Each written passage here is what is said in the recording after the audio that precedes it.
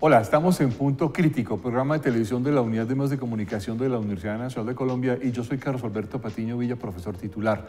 Vamos a dedicarnos en esta emisión a hablar de un tema crucial también, que ha estado en la agenda política, que ha estado en la agenda de la movilización, del debate público, y tiene que ver con el empleo. ¿En qué condiciones se encuentra el empleo en Colombia? ¿Cómo puede producirse empleo? ¿Cuáles son los mecanismos? Para hablar de esto vamos a tener dos invitados, los dos profesores. Uno de ellos es el profesor Roberto Mauricio Sánchez Torres, quien es economista, magíster en Ciencias Sociales y Economía y profesor de la Facultad de Ciencias Económicas de la Universidad Nacional de Colombia. Profesor Roberto Sánchez, muchas gracias por acompañarnos. ¿Qué tal? ¿Cómo estás? Gracias por la invitación. Y también nos acompaña el profesor Juan Carlos Guataquí Roa, quien es economista, tiene una maestría en Economía de la Universidad de Warwick y una maestría en Teoría Política y Económica de la Universidad Nacional de Colombia, y es doctor en Sociología, fue subdirector del Departamento del Ministerio Nacional de Estadística, DANE, y actualmente es consultor independiente sobre temas laborales. Profesor Juan Carlos Guataquí, muchas gracias por acompañarnos. Buenos días, muchas gracias por la invitación. Bueno, arranquemos con la pregunta básica. ¿En qué está el empleo hoy, Juan Carlos? ¿En qué está el empleo hoy? Hay un problema complejo en cuanto a qué está el empleo hoy, y es básicamente que los indicadores líderes del mercado de trabajo están mandando señales equívocas, como complejas. Me explico. El desempleo ha venido creciendo. Hay un argumento que, digamos, es más de política pública del gobierno, y es que ya estamos por encima de un desempleo de un dígito. Ya estamos por encima del 10%, 12% más o menos están las últimas indicaciones, pero por otra parte hay un elemento que es confuso, y es que la tasa de participación se ha venido reduciendo, y eso es una situación bastante compleja de explicar, por el lado de que se están destruyendo empleos, se está incrementando el número de desempleados, pero la gente está saliendo del mercado de trabajo. Y el hecho de que la gente salga del mercado de trabajo en un país donde hubiera un seguro de desempleo, un sistema de bienestar que pudiera permitir ese choque, digamos, de ingresos de las familias, sería fácil de explicar, pero esas tres situaciones ya hablan de desincentivo o de desmotivación de las personas en buscar empleo. Adicionalmente está la discusión sobre la migración venezolana, que puede incrementar claramente la oferta de trabajo, que de hecho la debería incrementar, y que dependiendo del tipo de analista y, digamos, incluso de la dependencia del gobierno con la cual uno hable, puede ser beneficioso, puede ser perjudicial, o básicamente no puede tener un efecto, digamos, notorio sobre las estadísticas laborales. Es decir, el gobierno mismo no tiene una posición clara al respecto. Como gobierno no, me atrevería yo a decir.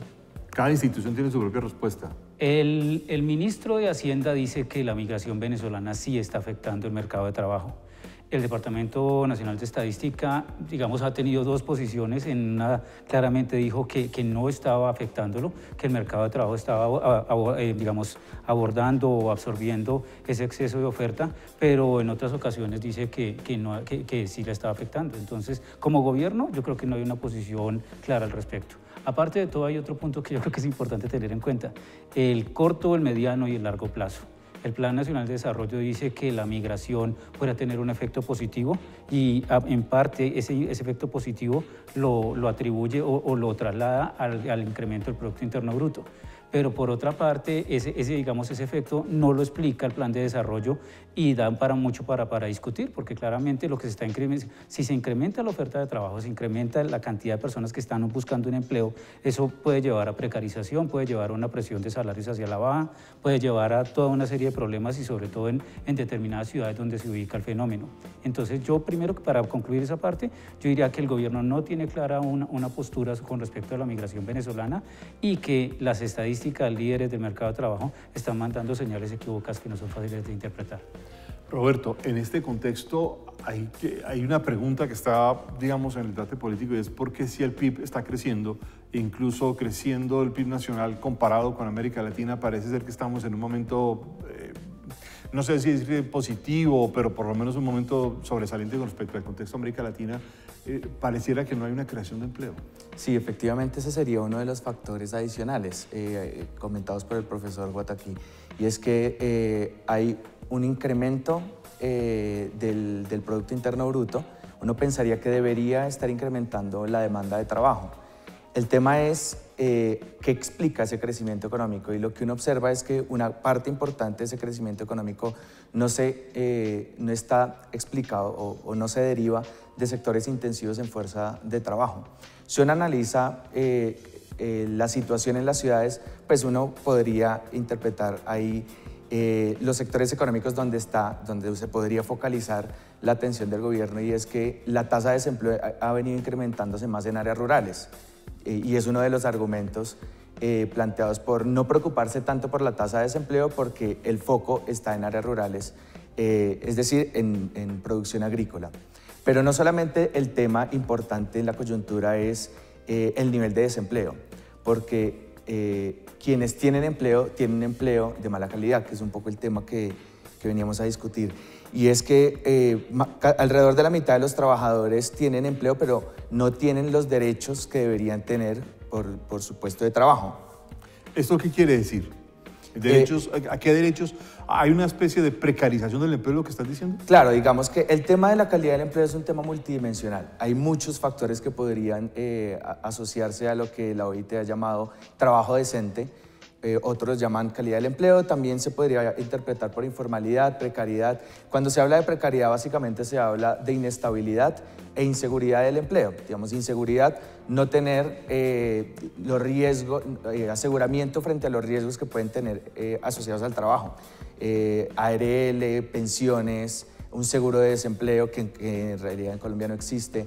Y la inestabilidad es ese flujo de empleo, desempleo, y eso es una de las grandes problemáticas que se ha presentado en Colombia. Más de la mitad de los trabajadores tiene el empleo que tiene, lo tiene hace menos de 2 años, ¿sí? Y hay una amplia rotación entre empleo y desempleo, digamos, y eso afecta la trayectoria de los trabajadores en el futuro. Un trabajador que tiene en repetidas ocasiones episodios de desempleo va a tener efectos sobre el tipo de empleo en el futuro, pero también sobre el nivel de ingresos. Ahorita hablabas de que los sectores que más están creando o más están contribuyendo al PIB son sectores que no son intensivos en fuerza de trabajo, en mano de obra. ¿Cómo cuáles sectores? Uno de ellos es el sector financiero. Si uno analiza el sector financiero, es uno de los sectores que tiene... Hay 2 sectores con muy poca intensidad en fuerza de trabajo, es decir, tienen una elasticidad, la cantidad de trabajo que demandan por la cantidad de producto que generan, digamos, esa proporción es muy pequeña.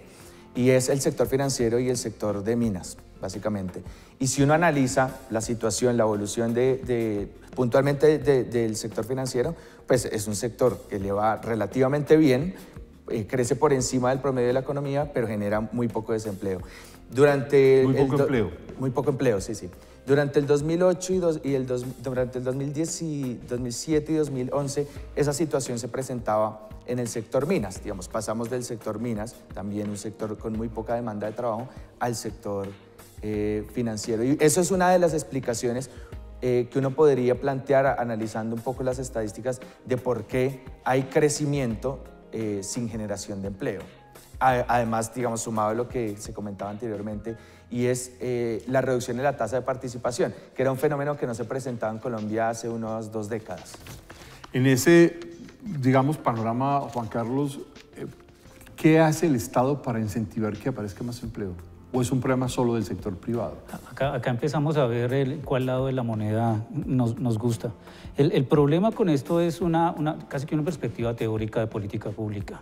El asunto es, digamos, el Estado aplica, digamos, en el plan de desarrollo aplica el concepto de trickle down, que es básicamente le reduzco los impuestos a los empresarios, pensando que esa reducción de impuestos va a permitir que ellos reinviertan sus utilidades, que esa reinversión de las utilidades genere empleo. Ese es básicamente el concepto teórico. Pensar que uno reduciendo los impuestos a los empresarios, eso va a generar empleo. Pero en muchos lugares del mundo eso está en debate. Muchos han dicho eso no se demuestra que realmente reducir los impuestos genere más empleo. Debo hacer constar que yo presenté la posición, no la defendí. Entonces, ahí me parece que otras cosas habla el gobierno. Digamos, hay un elemento que yo venía pensando y que me parece, o sea, es un elemento muy complejo. Nosotros, digamos, incluso en los momentos en que logramos reducir el desempleo a 8%, 7%, cuando realmente la reducción del desempleo debería haber sido a niveles de 4 o 3%, es porque el gobierno no hizo las políticas activas de empleo que debió haber hecho para poder reducir ese componente del desempleo friccional, que es un problema de información. Alguien está buscando un trabajador, el trabajador está buscando un empleo, pero no está la información para unir esas dos, y el desempleo estructural, y es básicamente que hay un montón de personas con una serie de competencias que el mercado laboral ya no está requiriendo.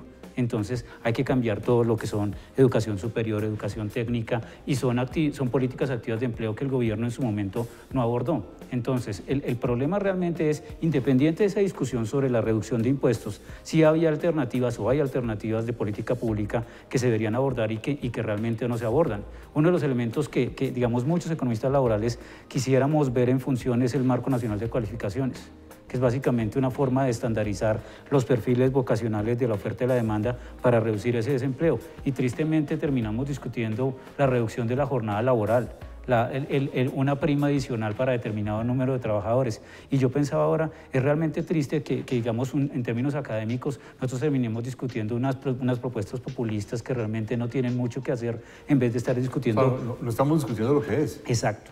O sea, no estamos discutiendo, podríamos discutir a otro nivel, podríamos discutir cosas que realmente fueran trascendentales, importantes, y que estamos discutiendo política laboral populista, o sea, reducción de jornada de trabajo, incremento de una prima para determinado número de trabajadores, y eso no son soluciones de las que realmente se requiere el mercado de trabajo colombiano. Hay dos cosas de las que has dicho que me llaman mucho la atención, una que no me parece tan compleja y otra que sí es muy compleja, y la que no me parece tan compleja es esto de generar asuntos de circulación de información, de saber abrir contactos. Eso no tiene demasiado misterio, o sea, eso ya está inventado en el mundo, porque no se hace. Y cada vez incluso es mucho más fácil hacerlo, porque digamos, una cosa era vivir en el mundo de los desempleados que consultaban las páginas clasificadas en el Parque del Pueblo todos los días, buscando probablemente, ahora todo es .com, o sea, ahora realmente con Big Data el gobierno y de gobiernos pasados hicieron ese esfuerzo grandísimo de compilar todas las vacantes que tienen las .com y estandarizarlas y de analizarlas, y eso se ha venido dejando de hacer. Eso realmente ya está inventado, y de hecho Colombia a nivel latinoamericano es un país líder. O sea, nosotros hemos hecho estudios académicos utilizando esas bases de datos, nos han contratado estudiantes míos, ya se fueron a estudiar sabiendo esas técnicas, ¿sí? Y realmente eso no se ha estimulado en términos de que se pudiera, digamos, promover más. Ahora, ¿cuál era la parte compleja de la que me estaba hablando? La parte compleja, y se las pregunto a los dos, es lo que tiene que ver con el cambio del perfil de la educación superior frente a lo que se requiere en mano de obra hoy en día. Y lo digo es complejo porque las universidades en general han sido reactivas en contra de ese tipo de discusiones. Yo antes voy a ser muy breve como para favorecer la intervención. Hay un punto que es importantísimo, o sea, Serpilo Paga no tenía un componente de pertinencia laboral. Serpilo Paga básicamente a un estudiante con un buen IFES le financiaba, ¿sí? Y Generaciones tampoco lo tiene. Entonces básicamente no le decía a los estudiantes ni a las universidades, mire, nosotros vamos a financiar determinados perfiles de formación. No lo decía, o sea, y ahí hay como una especie de, yo no quisiera llamarlo pacto de mediocridad porque no es mediocridad, es como un acuerdo implícito entre el sistema de educación superior y los empresarios. Los empresarios, cuando hablan con un consultor, le dicen, mire, nosotros no encontramos la gente que queremos, nosotros quisiéramos esto y esto y esto, ¿sí? Las universidades ocasionalmente hacen revisiones de pertinencia en sus procesos de acreditación y de autoevaluación y muestran que realmente su porcentaje de inserción laboral no es tan alto como quisieran. Pero en esas dos cosas que debería estar el gobierno tomando señales y diciendo, mire, la educación superior tiene que ir hacia este componente de pertinencia, eso no se ve y solo se habla de cobertura, no de calidad. Roberto, esto trae una responsabilidad muy fuerte a la educación superior. Claro, el tema es que pues ahí yo tengo una perspectiva bastante personal y es que ahí se entrelazan dos derechos, digamos, el derecho al trabajo y a las oportunidades de empleo y el derecho a la educación. Digamos, la educación, no se puede preguntar si la educación, qué efecto tiene la educación en el desarrollo, porque en sí mismo, intrínsecamente, educar a la población es desarrollo. Ahora, esto no quiere decir que no debería haber un match entre lo que buscan los empresarios y cómo se están formando los trabajadores. Y esto es un tema complejo, porque ¿de qué sirve formar, pongo un caso puntual, geólogos que terminan siendo, y esto fue algo que se discutió cuando hubo el boom petrolero, formar geólogos para presionar un botón en un pozo de petróleo y en una economía bastante inestable, temporal, y que finalmente ese geólogo, una vez se acaba la explotación de petróleo en ese lugar, pues termina sobrecalificado y sin oportunidades de empleo. El tema, digamos, también, por ejemplo, de la inversión en ciencia y tecnología, a mí me parece que eso es fundamental, porque no solamente es una responsabilidad de los empresarios, sino también una responsabilidad del Estado de ver puntos donde se podría generar inversiones que tengan rendimientos a largo plazo. Y el tema de la inversión en ciencia y tecnología, que está anclado también con la formación de investigadores en el país, es un tema de largo plazo, y por esto, como lo mencionábamos hace un momento, es un tema que no tiene mucho rédito político porque tiene efectos muy lentos en el largo plazo.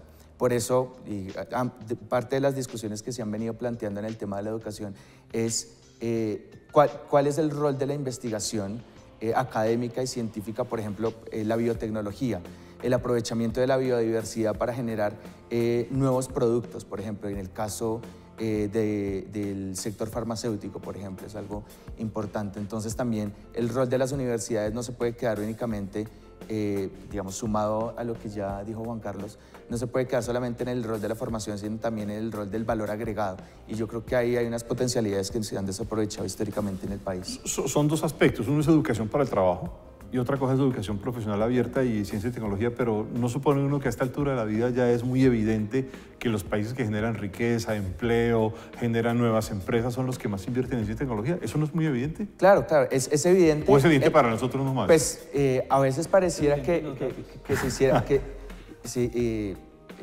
parece que a veces fuéramos ingenuos en pensar que no es así y que terminar, digamos, de fortalecer una economía extractiva que no genera empleos de calidad. Digamos, una de las razones por las cuales yo creo que existe amplio desempleo, amplia informalidad, es porque no hay un aparato productivo que demande fuerza de trabajo suficiente. Obviamente que el tema de la información y de saber qué buscan los empresarios y en qué se están formando los trabajadores es importante, pero yo creo que una gran parte del desempleo, de la explicación de la situación del desempleo en Colombia es un desempleo estructural, un desbalance entre oferta y demanda, y el tema es que hay muchos trabajadores, hay una oferta amplia de trabajadores y hay una demanda muy reducida. ¿Sí? Y eso implica, además, que es una demanda no solamente reducida, sino también muy frágil, porque una parte importante de esa demanda se da en el sector informal. Entonces, el tema también es pues, que si hay ese desbalance, pues puede haber buenas oficinas de servicio público de empleo que busquen el match, pero si no hay vacantes para estos trabajadores, pues la situación del desempleo va a ser igual. Y el tema también, digamos que la falta de iniciativa del Estado de generar inversiones en sectores estratégicos, como ya lo mencionamos, el tema de la ciencia y la tecnología. Además, con una ventaja que tiene Colombia en recursos naturales y biodiversidad, donde habría posibilidades de explotación importantes. Juan Carlos, obviamente hay que llegar a esta pregunta, y es, el gobierno actual dice que no se generará más empleo si no hay una reforma laboral, y eso es parte, digamos, de todo el debate público actual. ¿Es necesaria una reforma laboral y en qué términos? Yo voy a, ¿cómo decirlo?, a ir muy profundo. El asunto no es de costos laborales, el asunto es de política económica. O sea, para mí, mi perspectiva, o sea, sinceramente, cuando entre economistas laborales hablar de reforma laboral y costos laborales, eso es un enfoque macroeconómico de primer semestre. O sea, es básicamente pensar que la oferta y la demanda de trabajo no se cuadran y no hay pleno empleo, porque básicamente hay elementos que llevan la demanda de trabajo por unos costos por encima que impiden el ajuste. Yo creo que lo que realmente falta es política económica. A mí me parece que, o sea, digamos, todo lo que hemos hablado, ciencia y tecnología, reforma a la educación superior, esos son los temas. O sea, si esa fuera la reforma laboral, yo creo que eso sería importantísimo, pero entrar a hablar de reforma laboral, de los aportes a subsidio familiar, el salario mínimo, cuando realmente la incidencia, eso es otro tema que me parece importantísimo. Ahora vamos a empezar la discusión del salario mínimo.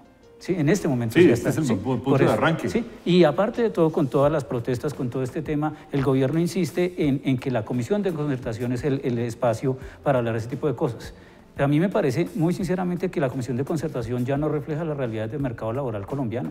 O sea, nosotros estamos hablando de 3 actores, ¿sí?, cada una de 5 miembros, gobierno, empresarios, trabajadores, pero la parte de los trabajadores, cuando estamos hablando primero que todo, o sea, de la informalidad del 50%, el número de trabajadores asalariados es 55%. Perdona que interrumpa, ¿quién representa a los trabajadores informales en esa mesa de concertación? ¿Quién representa a los trabajadores cuenta propia?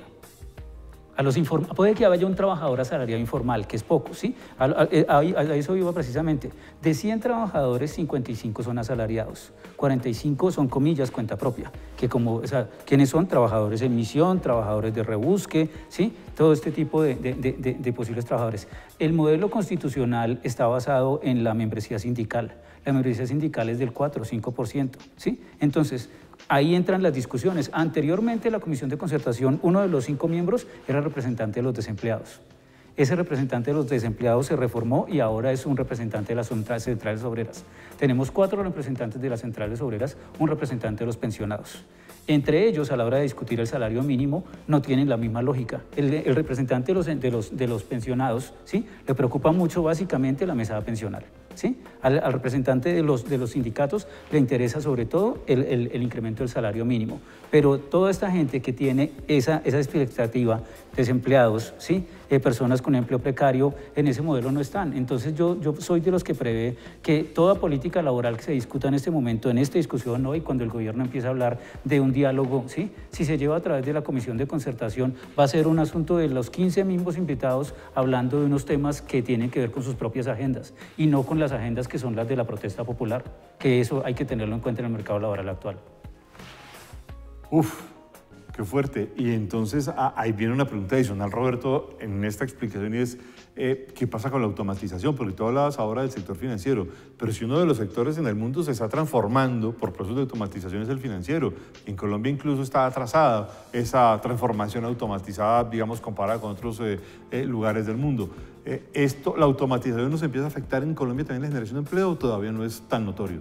Si uno analiza las cifras, uno diría que no. Además también, digamos, porque la automatización se da en ciertos sectores, puntualmente en el caso de la manufactura, pero no solamente es el tema de la automatización, sino también las nuevas formas de empleo que se están generando a través de las plataformas, por ejemplo. Caso de los trabajadores de Rappi, de Uber, digamos, todas estas plataformas que en últimas no están reguladas, digamos, una de las grandes discusiones que hay es pues, que este tipo de trabajadores son trabajadores en una situación bastante precaria, ¿sí? Precaria, digamos, en todo el sentido de la palabra, es trabajo inestable, inseguro y sin ningún tipo de protección por parte del Estado, digamos, ahí hay un desconocimiento de la relación laboral. Algunos dicen que no hay relación laboral, el tema es que si no hay relación laboral, claramente hay una dependencia económica. Entonces, por eso el tema de la legislación laboral es que más allá de la subordinación, lo que está en discusión en los cambios, en las transformaciones del trabajo, es la dependencia económica. Y si hay dependencia económica, de algún modo ahí tiene que haber una responsabilidad por parte de las partes involucradas. Entonces, la automatización y estas nuevas formas de empleo están ancladas también, digamos, a una situación de falta de calidad del empleo que se está evidenciando. Digamos, los trabajadores de Rappi, por ejemplo, es un claro ejemplo de esto. En algunos países de América Latina donde esta plataforma funciona, en algún momento se prohibió porque estos trabajadores empezaban a tener bastantes accidentes de trabajo realizando su actividad, porque no eran muchachos que iban a salir en su cicla a pasear, sino que estaban en su cicla trabajando en unas situaciones bastante, y por eso tenían bastantes accidentes de trabajo, y el sistema público de salud empezó a reconocer esa situación, porque llegaban tantos muchachos, el crecimiento de estos muchachos con accidentes de trabajo. ¿Quién respondía? Pues no respondía la empresa porque la empresa no reconocía esa relación laboral. Eso es como por poner un ejemplo de las transformaciones que se están presentando en el trabajo y las complejidades que hay en el reconocimiento de esa situación laboral de una cantidad importante de trabajadores. Juan Carlos, ¿tú ibas a decir algo? Sí, hay un elemento dos elementos que yo creo que son muy importantes, y es, primero que todo, estas nuevas formas, gig economy, todas estas cosas, economía colaborativa, plataformas, plantean, o sea, precisamente la dinámica del mercado laboral va mucho más adelante de las formas que están diseñadas para regularlo. Entonces, uno de los elementos más complejos de esto es que en estas situaciones no se da lo que antes se denominaba la relación laboral de dependencia o la subordinación. Eso es un tema en el cual la regulación, incluso la económica, no solo la laboral, está llegando tarde. La segunda, que me parece que es más importante, es el hecho de que, digamos, la automatización, el cambio tecnológico pueden ser mecanismos para reaccionar en términos de competitividad, pero pareciera que en Colombia no hay incentivos grandes para la competitividad. Uno de los temas que yo hace poco en un análisis que me pidieron para la reforma laboral, yo decía, oiga, pero ¿cómo puede ser que Colombia tiene la moneda, una de las dos monedas más devaluadas del mundo? Eso haría pensar que nuestras exportaciones son mucho más baratas y que si nosotros tenemos exportaciones competitivas, las exportaciones deberían incrementarse. Pero en Colombia pareciera que no hay incentivo al cambio tecnológico, a adoptar nuevas tecnologías como un mecanismo para ser más competitivos. Las exportaciones no crecen y eso quiere decir que las exportaciones muy probablemente no son tan competitivas en términos de tecnología, en términos de calidad de producto como deberían serlo. Y una pregunta grande es qué tan susceptible, qué tan sensible es el sistema económico colombiano al requerimiento de cambio tecnológico y a la inversión en nuevas tecnologías. Solo para una respuesta de 10 segundos, ¿seguimos siendo un sistema económico bastante encerrado? Yo no diría que somos un sistema económico cerrado, pero sí creo que hay, digamos, incentivos internos a que no haya propensión. Tenemos un mercado interno relativamente bastante protegido, eso es sorprendente. Entonces, desde mi perspectiva y en pocos segundos, yo creo que no somos tan abiertos como quisiéramos, sobre todo en términos de ser propensos a exportar, no tanto abiertos a importar. Bueno, hemos llegado al fin de este programa de Punto Crítico hablando sobre el empleo de Colombia. Cada uno podrá tomar su posición frente a estas perspectivas. Roberto Sánchez, muchas gracias por habernos acompañado en Punto Crítico. Gracias a ustedes por la invitación. Juan Carlos Guataquí, muchas gracias por haber venido a Punto Crítico. Un gusto, muchas gracias. Y los esperamos a ustedes en una próxima emisión. Muy amables.